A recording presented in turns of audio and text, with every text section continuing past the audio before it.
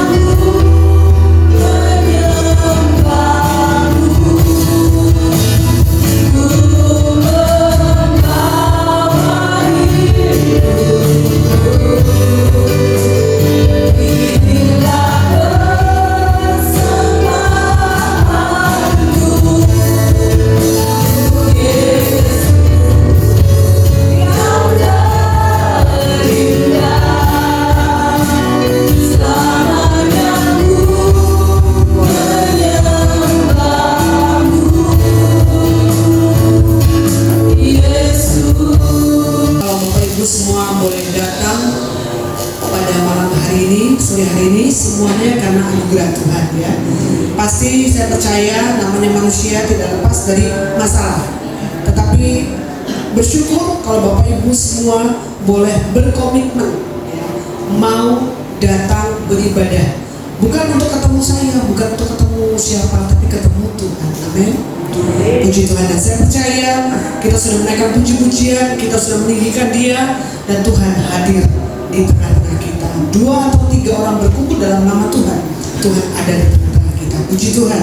Bapak Ibu saudara sekalian, kita akan sama-sama dengar firman Tuhan pada sore hari ini yang berjudul Rahasia Hidup Rohani Yesus. Rahasia hidup rohani Yesus. Ya, kita akan baca sama-sama dalam Lukas pasal yang ke-4 ayat yang ke-16. Lukas 4 ayat yang ke-16. Demikian firman Tuhan di depan teman-teman.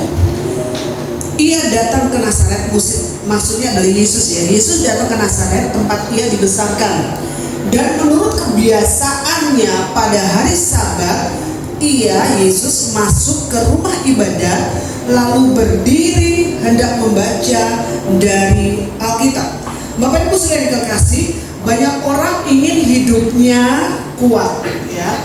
Banyak orang ingin hidupnya itu dekat dengan Tuhan, ingin dipakai sama Tuhan, ingin diberkati Tuhan. Betul? Bapak Ibu juga mau?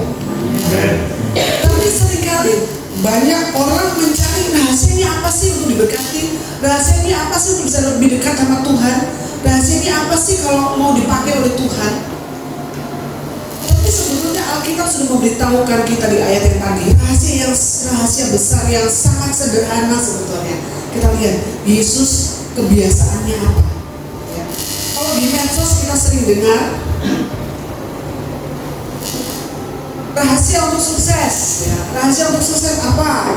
Rahasia untuk bahagia itu apa gitu ya. Rahasia kalau punya uang banyak itu gimana, bla bla bla segala macam. Itu semua ada di sekitar kita. Kita dengarkan, kita lihat juga gitu ya. Tapi sore hari ini kita akan sama-sama belajar rahasia hidup kerohanian daripada Yesus ya. Kalau kita sudah baca tadi di dalam Kisah pasal 4 ayat 16, ini membuka satu rahasia yang sangat sederhana yang kita akan lihat. Tetapi kita akan melihat dulu latar belakang dari ayat ini. Kenapa ada ayat ini? Kenapa ayat ini begitu penting? Kita akan sama-sama belajar dari latar belakang dari kisah ini. Sebetulnya pada waktu ayat ini ditulis dalam Alkitab ini, bangsa Israel itu atau orang-orang Yahudi pada masa itu berada di bawah penjajahan Kekaisaran Romawi. Jadi pada waktu itu pemerintah lokal dipimpin oleh seorang yang bernama Herodes Antipas. Jadi rakyat pada waktu itu hidup di dalam tekanan politik juga tekanan ekonomi. Dan dampaknya karena keadaan seperti itu, orang Yahudi akhirnya merindukan atau menantikan Mesias sebagai pembebas politik. Istilahnya mungkin ketika rajanya yang sekarang ini nggak baik, mereka perlu ingin ada raja baru gitu misalnya yang bisa membebaskan mereka. Ini dalam pikiran orang-orang Israel. Jadi ada satu kerinduan besar bahwa mereka akan segera dipulihkan. Nah, ketika Yesus datang ke Nazaret, orang-orang sebenarnya punya harapan tentang Mesias, tetapi pemahaman mereka tentang Mesias itu keliru. Ya. Nah, pada waktu itu ada kesenjangan sosial di dalam masyarakat. Ada jurang yang besar antara orang kaya dan orang miskin. Jadi pada waktu itu orang-orang Romawi dia menarik pajak dari orang Israel. Nah, bukan itu aja, orang-orang Romawi dia mengangkat pemimpin-pemimpin lokal itu adalah orang-orang Yahudi untuk menjadi pemimpin yang bisa menarik pajak juga. Nah, tapi Romawi sudah menarik pajak, lah ini pemimpin-pemimpin juga mereka juga mau mengambil keuntungan. Mereka juga ambil sedikit ya. Seperti kita kenal sekarang, kalau sudah ini diambil lagi. Jadi kalau 100 juta turunnya ke masyarakat dipotong kayak gini. Kalau kita pajak itu ditambah besar. Harusnya cuma sekian, karena 2 kali yang orang Romawi juga narik pajak, yang pemimpinnya ini lokal ini juga narik pajak. Jadi keadaan rakyat pada waktu itu, rakyat kecil itu sangat susah. Dan mayoritas mereka pada waktu itu petani. mereka nelayan dan juga mereka buruh biasa. Nah, dampak dari hal ini orang jadi sangat rindu keadilan ditegakkan. Orang rindu atau orang Israel, orang Yahudi rindu ada pertolongan. Nah, oleh karena itu kalau kita lihat nanti kita akan belajar sama-sama. Pada saat itu orang-orang benar-benar sangat menderita. Orang Israel sangat menderita, dia miskin, kemudian merasa tertekan jiwanya, dan kondisi sosial di Nazaret sendiri. Kalau kita belajar dari sejarahnya, kota Nazaret itu kota yang sangat kecil dan sederhana. Dan Nazaret ini bukan kota penting, bukan kota pariwisata, bukan kota perdagangan, bukan kota yang pertanian, pokoknya nggak terkenal deh. Dan penduduknya kira-kira hanya ratusan orang, jadi sangat kecil Nazaret ini. Lebih kecil dari Punten ya. Punten itu kurang lebih penduduknya tuh data terakhir itu tahun 2023 itu 5.330 sampai 5.630, dan terdiri dari 1.400 sampai 1.800 kakak. Itu sudah cukup besar. Tapi ini Nazaret kecil sekali. Jadi karena kecil, kemudian mayoritas mereka adalah pekerja kasar, dan termasuk dari Yusuf ya. Yusuf ini terkenal sebagai tukang kayu ya, bapaknya Yesus tukang kayu. Jadi mereka adalah kelompok orang-orang pekerja kasar, kemudian juga orang-orang yang bisa dikategorikan garis miskin ya. Terus karena daerahnya itu kecil, nggak terkenal, maka semua orang saling mengenal ya, bisa mengenal satu dengan yang lain. Oh, ini Yesus tuh anaknya Yusuf tukang kayu. Oh, ini anaknya ini, karena kecil. Penduduknya hanya ratusan saja ya. Jadi Yesus juga dikenal sebagai anak Yusuf. Nah, ini akhirnya jadi masalah. Mereka sulit menerima bahwa orang yang mereka kenal sejak kecil itu adalah Mesias. Nggak mungkin gitu dalam pikiran mereka. Dan sementara dalam budaya waktu itu, kehormatan dan status itu sangat dibanggakan pada waktu itu. Jadi masyarakat sangat memperhatikan latar belakang keluarga. Kalau sekarang mungkin bibit bobot bebek gitu ya. Jadi kalau bibitnya itu darah biru, wah pasti itu, juru selamat pertolongan pasti datang dari situ. Karena punya kuasa, punya pengaruh gitu ya.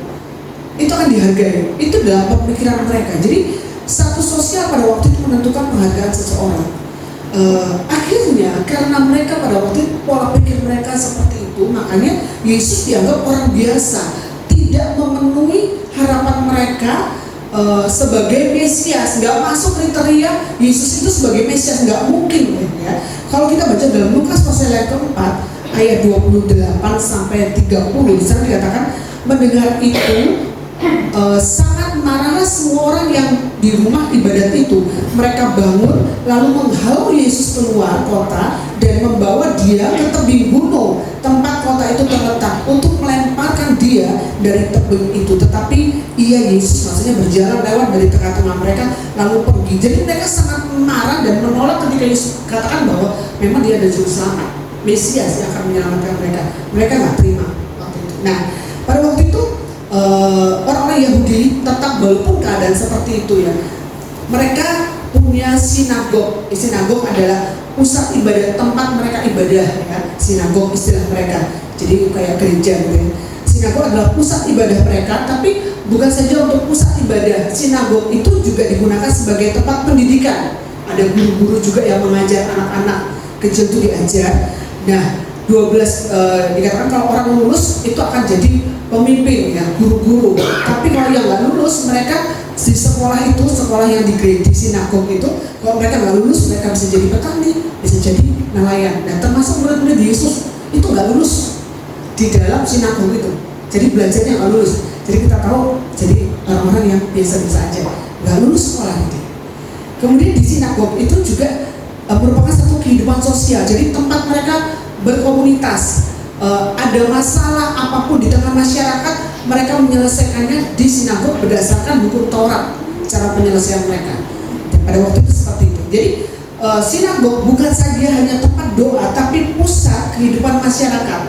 Di sana ada tata ibadah, betul, ada doa, ada pembacaan Taurat, ada pembacaan kitab Nabi, dan juga dijelaskan, diterangkan apa maksud dari ayat-ayat itu, baik di dalam Taurat ataupun kitab nabi-nabi yang seringkali berisi nubuat-nubuat. Nah, orang yang dianggap mampu pada waktu itu boleh membacakan kitab-kitab itu, boleh juga mengajar. Dan jadi makanya ketika Yesus berdiri membaca, sebetulnya dia masuk juga di dalam struktur ibadah resmi pada waktu itu. Jadi pembacaannya ada pujian, ada doa, ada pembacaan tentang hukum Taurat, ada juga pembacaan tentang kitab para nabi. Dan Yesus juga pada waktu itu dipandang sebagai pengajar. Ya. Nah, mereka juga punya pemahaman Sabat. Sabat itu bagi mereka sangat-sangat penting. Sabat itu sangat dijaga ketat oleh orang Yahudi. Ya. Jadi aturannya itu sangat detail dan legalistik. Artinya mereka harus mengikuti semua aturan yang ada. Jadi dampaknya pada waktu itu mereka beribadah hanya menjadi rutinitas tanpa makna. Itu orang Yahudi pada waktu itu. Mereka hanya fokus pada aturan. Tapi bukan pada hati yang rela, yang dengan senang hati datang beribadah, tidak. Hanya legalitas. Saya ibadah tapi tidak ada maknanya. Dan yang menarik kita lihat, Yesus tetap ikut ibadah. Tetapi nanti ia juga meluruskan bahwa sebetulnya makna Sabat itu tidak seperti itu. Nanti Tuhan Yesus akan meluruskan. Jadi kita lihat di sini pada waktu itu, walaupun keadaan ekonomi seperti itu, ada tekanan, ada aniaya, pemahaman yang berbeda, tapi sekali lagi Yesus tetap ikut ibadah, ikutin aturan yang ada. Tetap dia taat pada aturan yang ada. Nah, pada waktu itu ada ketegangan yang terjadi. Jadi kita melihat di sini bahwa mereka sebetulnya kagum ketika Yesus mengajar. Tetapi kemudian ketika Yesus membacakan Yesaya 60, bagaimana yang mengatakan bahwa juru selamat akan datang dari Nazaret. Nah, itu yang akhirnya mereka mulanya kagum, tapi akhirnya mereka menolak karena nggak mungkin, karena tidak masuk di kriteria mereka bahwa juru selamat itu harus seorang yang berasal dari keluarga kerajaan yang dihargai, bukan dari orang yang biasa. Sementara Yesus adalah dari orang biasa. Jadi kita bisa simpulkan di sini bahwa latar belakang sejarah pada waktu itu ada tekanan penjajahan, ada kemiskinan rakyat karena akibat seperti itu, keadaan seperti itu ya, ada kesenjangan sosial, dan akhirnya orang-orang Israel berharap ada Mesias. Bahkan budaya sosial yang menilai latar belakangnya itu sangat penting, bibit bobot bebek itu tadi yang nggak masuk hitungan Yesus tadi, tapi tetap kehidupan Yesus tetap melakukan itu dengan sangat baik. Kita akan belajar. Kita lihat di sini, di tengah-tengah suasana seperti itu, Yesus hadir dengan kesetiaan dalam kebiasaan rohani. Kehidupan yang sederhana dia lakukan, kebenaran yang mengubah akhirnya cara pandang manusia. Bapak Ibu Saudara sekalian, kita semua punya kebiasaan, betul? Ketika kita melakukan itu berulang-ulang, itu akan menjadi kebiasaan kita, menjadi gaya hidup kita. Kita bisa mengenal seseorang dari perkataannya. Ketika orang itu berkata tentang itu juga, kita bisa menilai, oh orang itu seperti ini, oh orang itu seperti ini. Jadi kita masing-masing punya kebiasaan. Saya punya kebiasaan. Coba Bapak Ibu renungkan kebiasaan Bapak Ibu apa ya, dari pagi sampai malam, pasti punya kebiasaan. Dan kebiasaan itu terus setiap hari, dalam minggu, tahun, terus menerus. Itu akhirnya menjadi karakter kita, menjadi gaya hidup kita. Nah, kita fokus melihat kehidupan Tuhan Yesus sebagai satu-satunya teladan yang sempurna. Pertama, kita lihat rahasia dalam kehidupan Yesus adalah rahasia dalam kebiasaan yang setia. Tadi dikatakan menurut kebiasaannya. Jadi hidup rohani Tuhan Yesus bukan kebetulan. Ia punya pola hidup yang teratur. Pola hidupnya teratur. Ya. Kebiasaan itu adalah tindakan atau perilaku yang dikerjakan secara berulang-ulang dan menjadi bagian dari rutinitas seseorang. Itu kebiasaan. Jadi dilakukan berulang-ulang menjadi rutinitas. Artinya setiap saat dilakukan. Itu suatu kebiasaan yang bersifat negatif atau positif. Bisa negatif, bisa positif, ya. Dan itu baik positif ataupun negatif itu membawa dampak bagi hidup seseorang, ya. Tentu saja kebiasaan itu tidak lahir dengan sendirinya. Tidak lahir dengan sendirinya. Ketika seseorang itu mungkin ya tidak terbiasa dengan jujur, Nggak mungkin terus tiba-tiba misalnya ya, puluhan tahun dia itu nggak jujur, tiba-tiba terus dia jujur. Kayak nggak mungkin gitu. Jadi perlu proses. Nah kalau kita lihat ya, ada orang yang mungkin kalau kita bisa bilang orang itu mungkin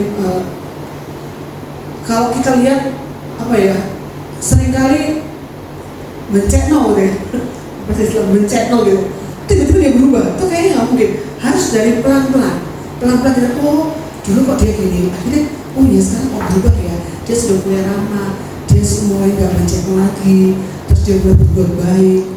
Nah, ketika perubahan itu terus-menerus ada ditunjukkan, ada perubahan sedikit demi sedikit, maka kita pada akhirnya bisa tahu oh orang itu sudah berubah.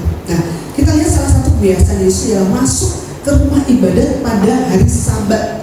Jadi Yesus beribadah di sana, orang-orang Yahudi berkumpul, mereka berdoa, mereka membaca Taurat dan melaksanakan ritual agama mereka. Jadi dalam keadaan apapun, dimanapun, Yesus tetap masuk ke dalam rumah ibadat atau sinagog. Bukan saja pada masa hari Sabat, tapi di mana saja Tuhan Yesus ada. Kalau Bapak Ibu baca di Alkitab, kapan saja dia ada waktu, dia pasti masuk ke dalam rumah ibadat. Jadi dalam kisah di Alkitab, Yesus telah melakukan pelayanannya di sinagog dan di berbagai kota. Yesus jalan berkeliling. Bahkan di sana kan Tuhan Yesus berjalan keliling, terus berbuat baik dan juga menyembuhkan orang sakit. Bahkan dikatakan Tuhan Yesus juga mengajar. Itu kebiasaan-kebiasaan yang dilakukan oleh Tuhan Yesus. Yang pasti Tuhan Yesus selalu berdoa. Jadi Bapak Ibu Saudara sekalian, mari kita bangun kebiasaan doa dan firman, bukan hanya saat perlu-perlu saja ya.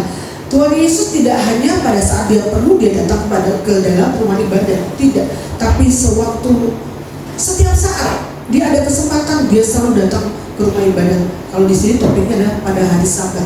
Jadi waktu bagaimana orang-orang Israel harus beribadah kepada Tuhan. Yesus lakukan itu walaupun keadaan ekonomi, keadaan lingkungan politik pada waktu itu tidak baik-baik saja, tetapi Tuhan punya komitmen untuk terus datang ke rumah Tuhan. Jadi kita juga seperti ini. Mari kita bangun kebiasaan kita berdoa, datang ke rumah ibadat setia, sebagaimana Yesus sudah menunjukkan kesetiaannya, teladan kesetiaan untuk setia datang ke rumah Tuhan. Yang kedua, rahasia dalam kehidupan persekutuan. Kita melihat di sana adalah masuk ke rumah ibadat. Jadi Yesus tidak hidup sendiri. Enggak, di rumah aja doa cukup kok. Enggak. Tapi Yesus juga hadir dalam komunitas iman. Jadi di mana saja Tuhan Yesus berada, selalu masuk di dalam sinagog. Yesus saja sebagai Tuhan, 100% Tuhan, 100% manusia. Dia punya komitmen, ketetapan hati untuk beribadah, untuk datang ke rumah Tuhan. Nah, siapakah kita seandainya kita tidak melakukannya? Mari kita melalui keteladanan Tuhan Yesus, mari kita jangan menjauhkan diri kita dari ibadah dan persekutuan. Karena itu sangat penting, kita bisa saling menguatkan. 1 Korintus 15 ayat 58 dikatakan, jangan kita meninggalkan persekutuan seperti kebiasaan orang. Karena di dalam persekutuan itu kita boleh saling menguatkan, saling mengingatkan, saling menghibur ya. Tentu saja kita harus memilih komunitas yang seperti apa yang kita mau datangkan. Di sini katakan komunitas iman, orang-orang yang beriman. Ini sangat penting. Kita ingat dalam Mazmur 133 ayat 1-3 bagaimana dikatakan mereka yang rukun bersama. Ketika mereka rukun, ketika kita rukun, hidup kita bermasyarakat rukun, hidup kita bergereja juga rukun, maka Tuhan akan mencurahkan berkat-berkatnya kepada dalam kehidupan kita semua. Jadi makanya sangat penting kita bersekutu, kita memiliki komunitas iman, gak sendiri-sendiri. Kita perlu komunitas yang saling membangun. Karena Allah katakan tadi, sungguh alangkah baiknya dan indahnya apabila saudara-saudara diam bersama dengan rukun. Sangat baik ya.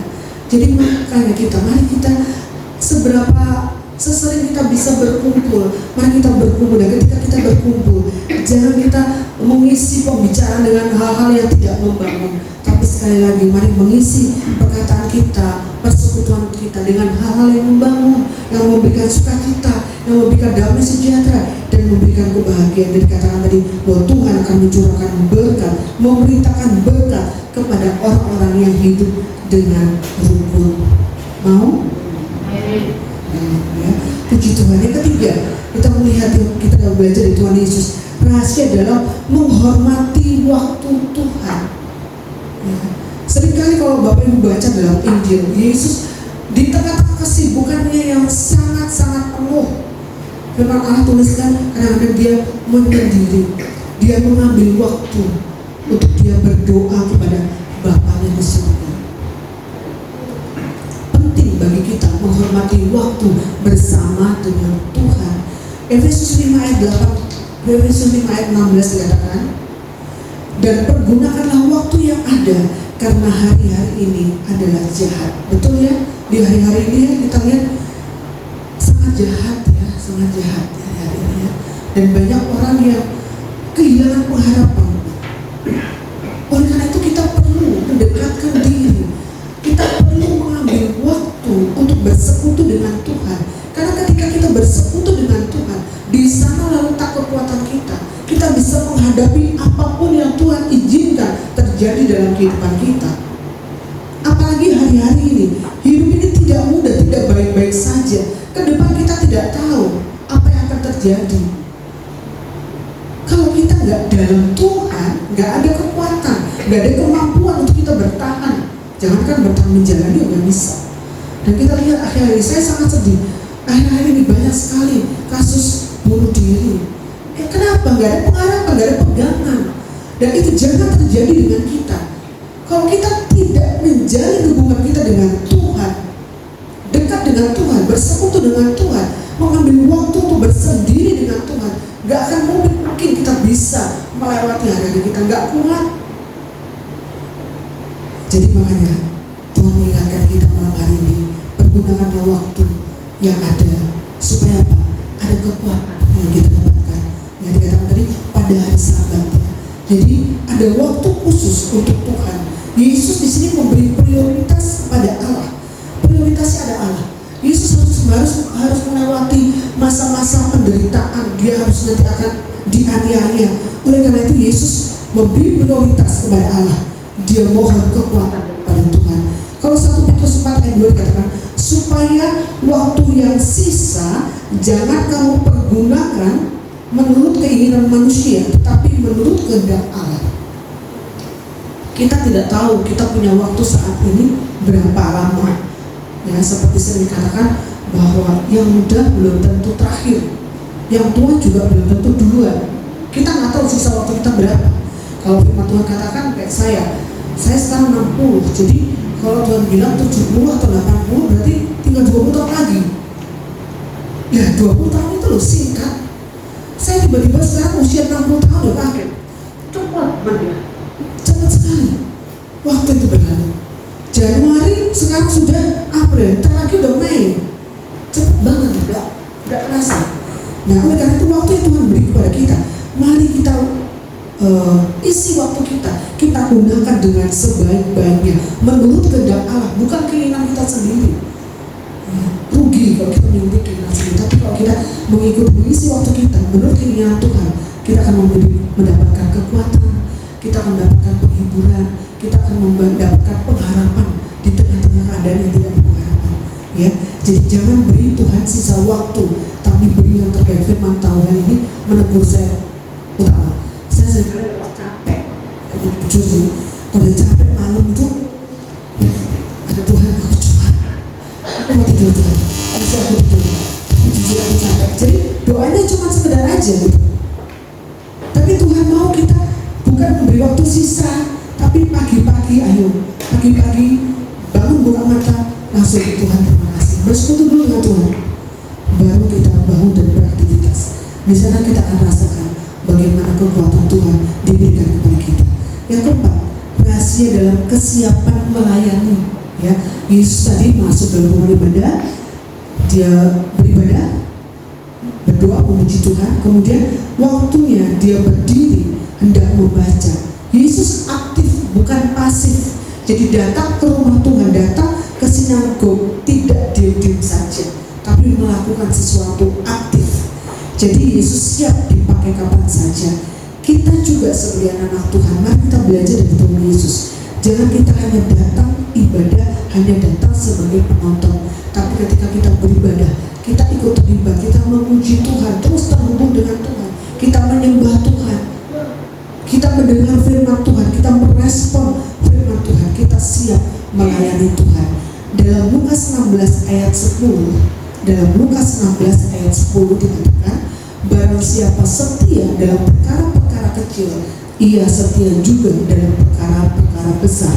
Dan barang siapa tidak benar dalam perkara-perkara kecil, ia tidak benar juga dalam perkara-perkara besar. Jadi kita sebagai anak Tuhan, seberapapun yang Tuhan percayakan kepada kita, apapun yang Tuhan percayakan kepada kita, bukan saja dalam ibadah kita, tapi dalam pekerjaan kita sehari-hari, itu juga ibadah kita. Di mana saja Tuhan tempatkan, ya, di kuliah, di kantor, di sekolah, di rumah, di warung, di mana saja,